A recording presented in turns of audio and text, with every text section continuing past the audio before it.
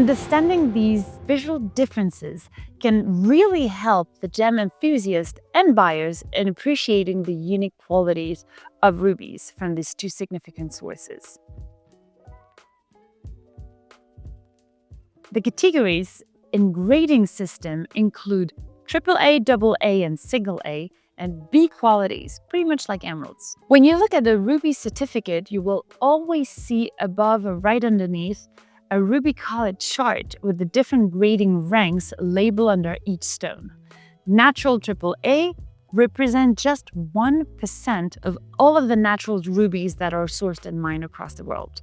Any rubies in this category is extremely rare and overly expensive. Natural AA accounts for about 10% of all natural rubies that are available in the world. Any rubies in this grade is typically considered high quality, and this is the best grade to use for fine or high jewelry making. Natural single A rubies is a grade that forms about 20% of the top natural rubies. It's not as amazing as the AA, but it's still considered to be quite amazing. Natural B grade is a category that accounts for more than 50% of natural rubies that you can find on the market. And when you evaluate rubies, gemologists consider several factors. Obviously, you've got the color, which is the most important in terms of quality, with the best rubies displaying a vivid, pure red with a hint of blue, as discussed earlier. You've got the clarity, like diamonds. While the inclusions are common in rubies, the fewer and less visible they are, the more valuable the stone. When it comes to the cut of a ruby, it very much influences its brilliance and overall appearance. A well-cut ruby really maximizes the stone's natural beauty. When it comes to carat weight, rubies are quite rare in very large sizes, so their value increases significantly with carat weight. But in order to get a real vivid, intense color, you still need to have some significant weight in order to perceive the different intensities of the color. Now, when it comes to owning and wearing your rubies, you need to make sure that you care for your stone. But how do you make sure that rubies are being properly taken care of? Despite their hardness, rubies require proper care in order to maintain their luster. You need to clean your rubies regularly with mild soap and water, and you need to avoid exposing them to harsh chemicals. You need to store rubies separately from any other gemstones to prevent scratching and damage. Regular professional checkups can ensure the setting of your stone to be proper. And although when cleaning diamonds you can put them in an ultrasound bath, rubies are more delicate and I would not recommend putting them in such a cleaning process. As I explained earlier, natural rubies with no treatment and nothing done to them has become more rare over the years. And even though natural rubies have become quite rare in the last decades or so, you heard very frequently about synthetic rubies and treatment.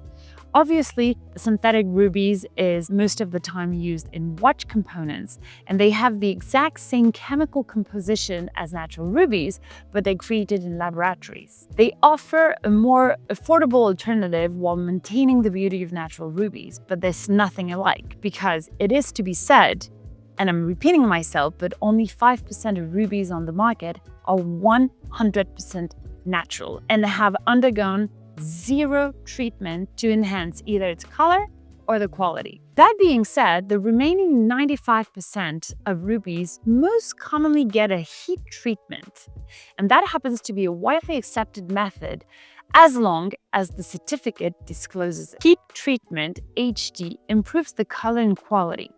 Most of the time, the rubies are being heated at super high temperature, all the way from 700 to 1900 degrees Celsius, in order to remove inclusions and also to enhance the color. As a matter of fact, a heat treatment can turn a dull brownish ruby into super vibrant and clear red stone. So that's when it comes to enhancing the color, but some rubies may also be fracture filled in order to improve their appearance. You can see crystals, those are solid inclusion ranging in shape and in size. You can also have needles, those you can spot them as long and thin inclusion that consist of crystals or tubes filled with gas or liquid. The silk, a very famous term when you speak about rubies, are those fine fibers of rutile or other minerals that resemble a silk feather. And it's usually the preferred inclusion of rubies. Cracks, feather-like inclusions, also go by the name of fractures or fissures. Twinning means that there's two crystals that have grown out of one another or next to one another. Those rubies with fractures are filled with lead glass or similar material. The filler has a refractive index close to what you find in natural ruby, making the fracture less visible. It actually significantly improves the appearance, but the treatment may be visible under magnification. Which is why all these rubies should be disclosed as fracture-filled when they're sold. The diffusion treatment, which you can also read on a certificate or may have heard of, enables to enhance and add color. Some rubies are heated with chemicals that penetrates the surface of the stone in order to alter the color. But this can involve elements like beryllium or titanium and creates or enhance a color, but the treatment usually affects only the surface. Surface coating improves the color and appearance, and in applying a thin layer of a colored substance to the surface of the ruby, it can enhance the color but also the luster. But be careful because it can wear off over time.